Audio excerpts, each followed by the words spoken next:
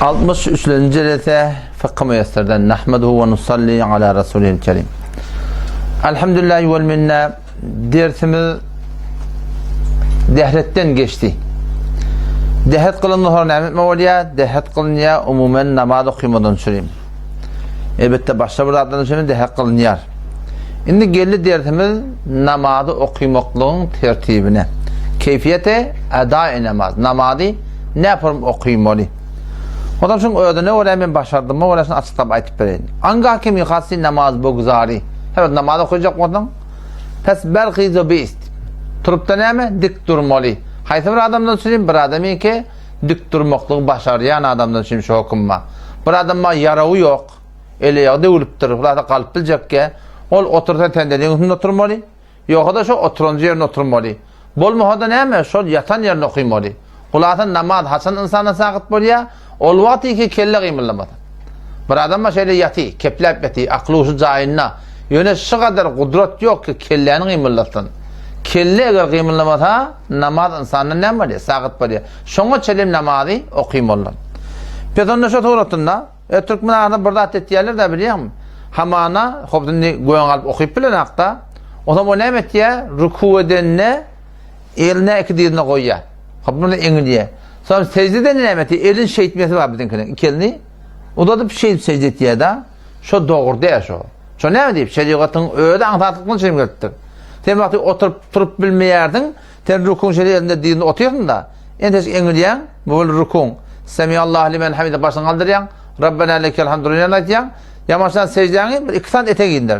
Subhanallahil a'la diyeyim. Yani kararda elini şeyle göğünde koymaklığa. Yaşa tuğratında evini köpçek koyup ona secde çekip odağa attırmalı. Yok, şeriat getiren antartıklarını söyleyeyim. Vakti ki şu kıyami kefard. Şundan şeriat icazı verip terk etmekliğe bu tadı ödün köpçeği secde çekip burada çekip odağa attırmalı. Rukun entecik boluyor, secden de buradacık. Etöreye çık boluyor. Bu oldu ruku secde. Pezonda başta bir adam namaz okuyacak bolsa, avval vesan zanata o da kalıpta durmaklık gerek. Ve her dökebe destede beraber her duguşet bolan kon. O ne etmeli? Elini şeyle ayağın malasa ayağın. Kaldırıp da iki kulağın barabarına deyiptir. Şimdi kulağın barana barmadığı belli de. Biliyor musun? Niye de karşı barabar mı, etek mi, goyan mı? Ama Hanefi mezhebi ulemalar bir yol oynaptırlar. Ne mi deyiptirler? Başam varmanı deyiptirler. Kulağın yumuşacığı ne deyir deyiptirler. O ne mi oluyor biliyor musun? Bir yolla, bir yoksam hadisse barmanma kulağın ucuna değirmeliyen gurun yok. Peygamber Aleyhisselam Allahu Ekber tekbir tahrimen aydanına 3 tane hadis geliptir diye Peygamber Aleyhisselam'dan. Bir var şanan barabarına, bir var şeyle kulağın barabarına, bir var kulağın yumuşağının barabarına. O Hanefi mezhepte ne emet yerler? Mümkün mu olsa hadisin hemen emret yerler. O zaman vakti ki bir adam şeyle kulağının yumuşacığını değirte şu 3 hadise de bileceği amal oluyor diye. O zaman şu daydan stada edilen gurun iki elini iki kulağın barabarına deyiptir belli de daha. O zaman şuradan sadece inerken başın barmağın şeyle kulağın yumuşacığına Allahu Ekber diye yakın nimet yerden sonra durmaklık gerek. Kop elin kaldırdın kulağın barabarına. Derhal ki niyet konendiği edai namaz hissedi. Niyetin de olmalı sen namazda koyacak deyip. Niyet bolon ne var akım suratında ne yapalım niyet etmeye biliyor musun? Niyet edilende Türkmençilikte dilin bilen aydır ya. Yürekteki şavalini öğrenemet ya orada söylüyor. Aslen niyet sünnette yürek bilen olmalı. Toram fukahalar dağıtlar, gıflet dağıt millette köbölüptür. Şu suratında o ne ettir? Dili bilenine aytsın ettir. Lağıl diline geliyen dağıt, yüreğine gelmekine sebep olun ettir. Şu bak kaygılar dağıtlar köbölüklü, iman zayıflenekli. Namaz okuyanı bilansın düşünmeyen okuyor. Kehan kaygılı bak. O zaman şu lağıl diline alsın ki yüreğine de var şöyle yaraklayıptır. Yok asli sünnet ne mi? Sen şu bana ikini okumaklığa. Buraya ya imamını idinecek. Yürekten niyet ettiğin meşe imamı üyen dilini sadalanak. İkinin derge pardon. Allahu Ekber duran boldu. Ama sen şöyle sadece niyet kıldım okuyayım ikinin namazının 4 rekat farz namazını alim Kabe yudum kula kullum Tanrı'ya yudum şahadır imamga. Eğer imamı ümel bolsan yok hamda näme? Sallallahu Allahu Ekber durmaklık dilin bilen yüreği biletmeklik şu beter gawy. Bir adam serfen ödüne anamı boptu yürekten niyet etse de bu da kifayet etýär yani. Şu doğratında derhal ki niyet konendiği edai namaz hasti. Şu niyet bolmasa var akın niyet fardın biri. Namazda 10 tane farz var, şu bir niyet etmeklik. Niyetin bolmasa namaz olmuyor. O zaman şu da şu imamın idinde dursan, imamı üyenip niyet etmesen, tek namazın olmuyor. Şu imamı üyeptirsin. Evet bazen var akım ustada bir partivazi etcek oluyor bazen. Nemet yerinde biliyor musun? Bir imam başın milletlerin uğurşuptur. Muhtadi bu işler tamamen uğurşuptur biliyor musun? Neme diye gelip menümde uyumasın, ben ona niyet etmeyen diye de. O imamın o niyet etmekte aslında gerek değil. İmam yani karar der ki niyet ettirmişler imam ol yani. Musab niyet etsin, etmesin. İmam niyet etsin Allahu Ekber ettiğinden sonra idini her kim icak otu uyamalı. İmam sen niyet etti, niyet etmedi. Bıdatlar değişiklik gurunda diyen namazı. Hop sepes bugün Allahu Ekber dettir. Elin hakikat yardım o da elinde şeyle parmakla şey asmıyordun. Ya elin beylerini ufakı tutmuyordun biliyor musun? Ya şu doğrultuda elin girmiyordun. Sadece ne halde ati kef ruburuya kıble şunu sahip etmek gerekiyor. Neşfor çelpenç derece Allahu Ekber deyip nemet yardın. Angah desti rahatsız Rabber bağlayı desti çebet der ziri nafık iş beni. Elini yerden göğben aşağına koyuyordun biliyor musun? Şu Allahu Ekber duruyordun elini kemez tenşi inerli kem başa parmağın et çağalı var ya şu göğben üstünde dursun. Elin nerede durmalı? Göğben ehteğinde durmaklık yani. Bazen de sen şu cemaate görünüyor da ortam malahim elin göğben üstünde koymalı, göğben ehteğinde koymalı, davet tutuyorlar. Halbuki ikisinde de hadis sahih var. Her imam birini tutuptur. Tenom üstadı ne etmeli?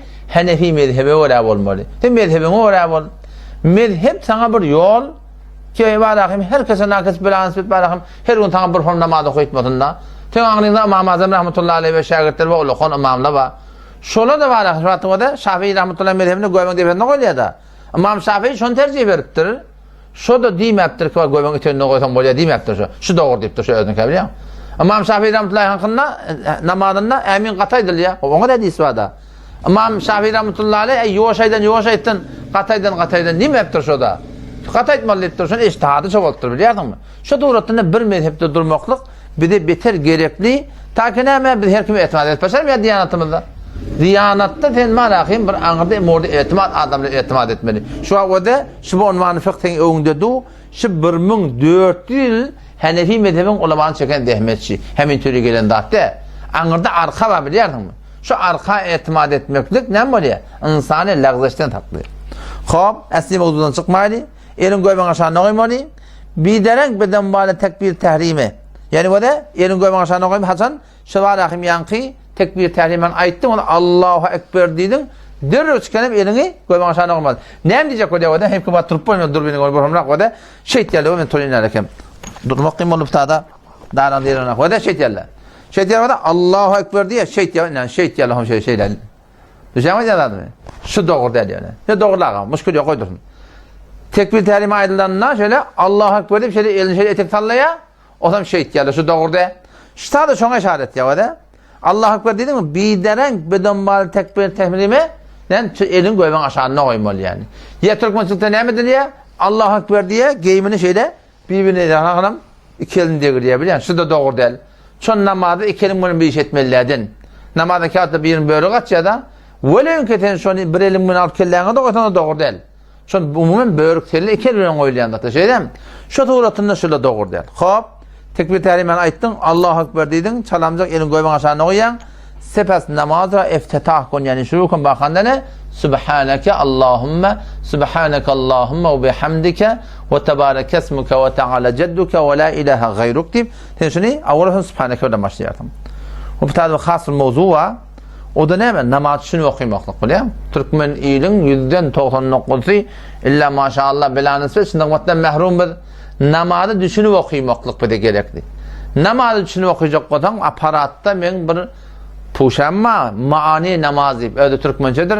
Şu da tabi mesela 22 bölük 23 bölük kurulmadın. Şu kamilen şu da açıklanıp bir suratında gelir. Eğer ihyanın namazın manisi gerek de olsa sadece yadıltı gerek de olsa o demin yanında bak fezai mezalide gerek olsa inşallah mesele iyi veren. Allah temize tevfik versin. Vesselamu aleyküm ve rahmetullahi ve berekatuhu.